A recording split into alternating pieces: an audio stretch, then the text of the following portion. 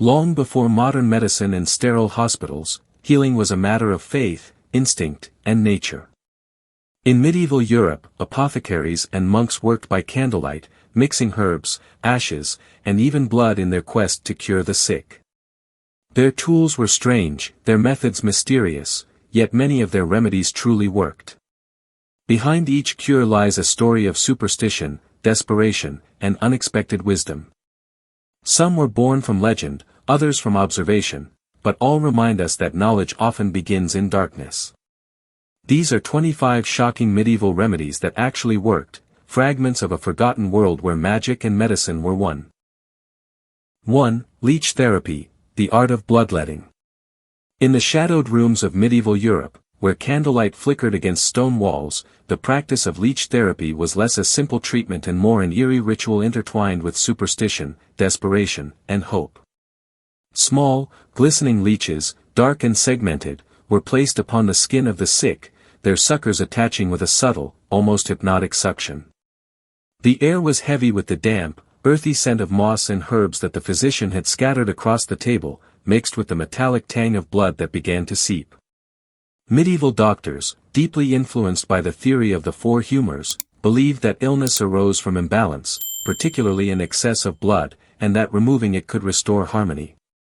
Patients felt a shiver at the leech's first bite, a cold, slimy touch that sent tremors along their nerves, yet simultaneously experienced an odd sense of relief, as if nature itself had intervened. Whispered tales suggested that certain leeches, bred in secluded monastic gardens and fed on herbs and moonlit waters, were more potent, almost magical, capable of curing fevers, headaches, or melancholy. For the people of the time, the leech was a paradoxical figure, both terrifying and life-saving, a tiny harbinger of healing whose very touch demanded courage, patience, and faith in the mysterious currents of nature. The ritual of bloodletting became not only a medical procedure but a narrative of survival, reminding each participant that the boundary between life and death was delicate, and that even in suffering, the forces of the natural and supernatural world could intervene. 2. Mumia, the elixir of eternity. Among the dusty shelves of medieval apothecaries, there existed a substance as revered as it was macabre, mumia, derived from the powdered remains of ancient mummies. Its texture was dark and resinous, glimmering like obsidian under torchlight, and its scent, a blend of earth, smoke, and a faint hint of sweetness, was potent enough to make the unprepared shiver. Physicians believed that within these ancient remains lay the preserved life force of long-departed kings, pharaohs, and nobles, a mystical potency capable of healing ailments that no herb or potion could touch. Mumia was carefully ground, sometimes mixed with wine or honey, and administered to treat everything from internal maladies to wounds, and it was believed to carry an almost supernatural vigor. Some secret monastic manuscripts described preparation under the crescent moon, accompanied by whispered incantations that were said to awaken the latent powers within the ancient flesh. To the average medieval person, taking mumia was both terrifying and awe-inspiring, a communion with eternity itself, as if consuming the essence of the dead could momentarily bridge the mortal and immortal. Stories circulated of those who felt their strength renewed, their minds sharpened, as if the ancient spirits of the past lent their vitality to the living. In a world where death was sudden and often inexplicable, mumia embodied the human desire to seize control over fate, blending science, superstition, and the mystical in a potion that was as enigmatic as it was potent. 3. Honey compresses, nature's golden balm. In the shadowy kitchens and infirmaries of medieval villages, honey was treasured far beyond its sweetness. Thick, golden, and viscous, it gleamed like molten sunlight as it was spread across wounds or burns, its sticky texture clinging to bandages and skin alike. The scent was rich and floral, with subtle earthy undertones from the wildflowers of distant meadows, and the warmth of the viscous liquid seemed to carry a gentle, soothing energy. Ancient physicians had long observed that honey's natural antiseptic qualities helped wounds resist infection, a discovery that combined empirical observation with folk wisdom. In castle infirmaries, honey was collected from hives kept by monks who believed bees were sacred messengers of divine order. Each drop of golden nectar was treated almost as a sacred elixir. For the sick, the sensation was at once comforting and strange, the cold sting of injury juxtaposed against the gentle sweetness and warmth of the honey, leaving them in a trance-like state of relief and anticipation. Tales passed down spoke of miraculous healings, burns sealed with honey that left barely a scar, and soldiers in battlefields whose wounds were preserved from gangrene by the sticky, amber substance. Honey was not merely a remedy, it was a tactile, olfactory, and visual symbol of life, hope, and the subtle, healing power of nature that medieval Europe revered almost as a sacred trust, reminding the sick that even in the direst suffering, sweetness and relief were possible. 4. Snake infusions, the venomous cure. In the shadowy, candlelit corners of apothecaries, snake-infused remedies occupied a precarious and terrifying space between medicine and dark magic. Bottles containing murky, amber-colored liquids with faint, earthy odors hinted at their potent, serpentine origins, while rumors whispered that the spirits of the snakes themselves imbued the potion with vitality. Physicians believed that the infusion of snake flesh, organs, or venom could counteract arthritis, skin diseases, and infections, embodying the ancient principle that like cures like. Preparing the elixir required meticulous care, even a slight misstep could render it fatal. The process was often shrouded in secrecy, sometimes taking place at twilight with the chanting of protective prayers to ward off malevolent spirits.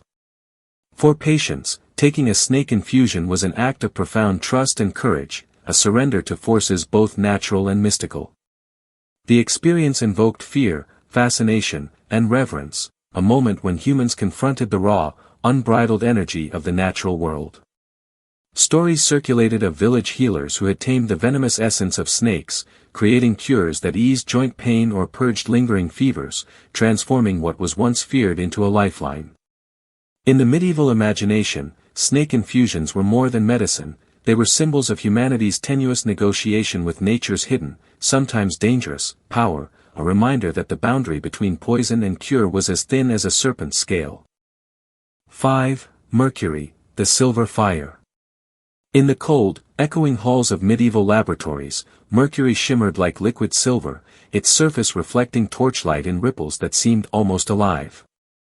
Its weight was strangely dense, its touch both mesmerizing and forbidding, as if holding within it the power of life and death itself.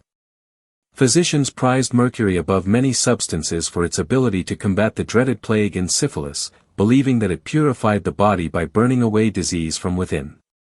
Yet it was a dangerous ally, improper handling could bring fever, tremors, and madness, and some whispered that the substance's very essence carried a spiritual toxicity. Alchemists and apothecaries alike treated mercury with ritualistic care, often combining it with mysterious powders, herbs, and chants to amplify its potency while containing its peril. For patients, mercury was both a promise and a trial, its administration meant hope for survival, tinged with dread at the possible consequences. Tales of miraculous cures circulated, often accompanied by rumors that certain physicians had uncovered secret methods, using hidden instruments and shadowed chambers to control the silver fire's deadly potential. Mercury, in the medieval mind, embodied both fear and fascination, a tangible testament to humanity's audacity to manipulate nature, confront mortality, and attempt to transform poison into salvation. 6. Onion juice, the pungent healer. In medieval kitchens and sick rooms alike, onions were more than food, they were an elemental medicine whose sharp aroma and bite could awaken the senses and the body itself. The pungent scent of sliced onion filled the air, tearing at the eyes, while the juice, acrid and thick, was carefully applied to wounds or ingested for fevers, coughs, and infections. Healers believed that the onion's fiery nature expelled sickness and evil humors alike, purifying the body in both a physical and spiritual sense. In the villages of Europe, onions were cultivated not just for sustenance but for their protective power. Families kept bulbs under the eaves of their homes to ward off disease, and midwives recommended onion poultices for newborns, believing that the vegetable carried both vitality and protection. The tactile experience, the sticky juice, the tearing eyes, the sharp taste, was almost ritualistic, marking a confrontation between the raw potency of nature and human vulnerability. Stories spoke of patients who, after days of illness, found strength returning after careful doses of onion juice, their fevers subsiding, their bodies rebalanced. For medieval people, the humble onion was a symbol of resilience, of the body's ability to endure and regenerate, and of the hidden potency in even the simplest gifts of the earth, reminding all who encountered it that healing could arise from the most unexpected and pungent sources. 7. Egg whites, the gentle healer. In the shadowed corners of medieval infirmaries, egg whites were prized for their delicate yet potent healing properties. Their pale, almost translucent consistency, slightly viscous and silky to the touch, made them ideal for soothing burns, cuts, and skin irritations. As the healer carefully separated the clear albumin from the yolk, the room was filled with a faint, earthy aroma of the farm, of fresh straw and hay from which the chickens had pecked. Physicians and midwives alike believed that the egg white carried a subtle, life-giving essence, a symbol of purity and rebirth, capable of sealing wounds and calming inflammation. Stories from distant villages spoke of miraculous recoveries, soldiers returning from battle whose burns healed almost overnight when coated in the gentle white, children whose fevers subsided after egg white poultices. Beyond its medicinal use, egg whites were shrouded in superstition. Some chroniclers wrote of secret rituals performed under moonlight to imbue the albumin with additional potency, turning a humble farm ingredient into a conduit of hope. For the people of medieval Europe, touching the smooth, fragile liquid was an intimate encounter with life itself, a reminder that nature's simplest gifts often held profound power, bridging the fragile human body with the resilience of the world around it. 8. Garlic ointments, the fiery protector. Garlic, with its sharp, almost fiery aroma, was both feared and revered in medieval medicine. Healers crushed the bulbs into a pungent paste, mixing them with animal fat or oils to create potent ointments, whose smell could make the faint-hearted recoil while signaling potency and protection. Applied to wounds, used as a poultice, or even consumed in small doses, garlic was believed to ward off infections, plague, and evil spirits alike. The sensory experience was intense, the sting of the raw juice on the skin, the lingering fragrance that clung to hair and clothes, the almost tangible heat that seemed to radiate from the ointment. In monastery apothecaries, garlic was carefully stored, sometimes with prayers whispered over each batch, imbuing it with spiritual as well as medicinal potency. Legends spoke of soldiers and peasants alike who survived deadly fevers, attributing their recovery to the persistent application of garlic, trusting that its pungent power could reach the deepest recesses of the body. In this small, humble bulb, medieval Europe found a fierce defender, a fiery protector whose strength came not from grandeur, but from raw, elemental force, a living testament to the intimate bond between humans and the natural world. 9. Rat fat, the grim healer. Among the more macabre remedies of the medieval period, rat fat occupied a peculiar place, blending horror with surprising efficacy. Thick, grayish, and viscous, with a faintly acrid odor, it was rendered slowly over low heat and applied to joints and muscles to ease pain from arthritis, rheumatism, or injuries. The tactile experience was unsettling, the greasy, almost clammy substance adhering to skin, sometimes leaving a faint trail of odor that reminded one of the rat itself. Yet despite its grim origins, rat fat was lauded for its soothing properties, providing relief where herbs or poultices failed. In dimly lit village cottages, old women and healers preserved secret recipes, combining the fat with rare herbs, murmuring charms to enhance its potency. For the patient, the sensation was a strange mix of revulsion and comfort, the warmth and pliability of the fat easing stiffened muscles while the mind wrestled with the source of its power. Tales whispered through taverns and marketplaces suggested that those who endured the initial shock of its application often experienced remarkable results, a reminder that in the relentless struggle against pain and disease, medieval humans were willing to embrace the grotesque to access the hidden forces of nature. 10. Oak bark, the bitter shield. In the dense forests of medieval Europe, the bark of the mighty oak was harvested not for its wood, but for its deep medicinal potential. Rough, fibrous, and earthy to the touch, it was ground into powder or boiled into bitter teas, often mixed with honey to temper its natural astringency. Its scent carried the memory of the forest, the moss, the damp soil, the whisper of leaves overhead. Oak bark was applied to wounds, used to staunch bleeding, and consumed for digestive ailments, revered for its perceived ability to draw out illness while fortifying the body against further harm. Folklore held that the oak tree itself, ancient and steadfast, imbued its bark with resilience and strength, a gift to humans who sought protection and vitality.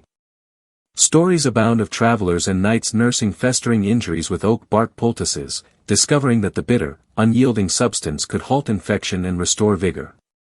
In the hands of medieval physicians, oak bark became more than a remedy. It was a symbol of endurance, of humanity drawing fortitude from the silent, enduring giants of the forest, bridging the wild and the domestic in a tactile act of healing.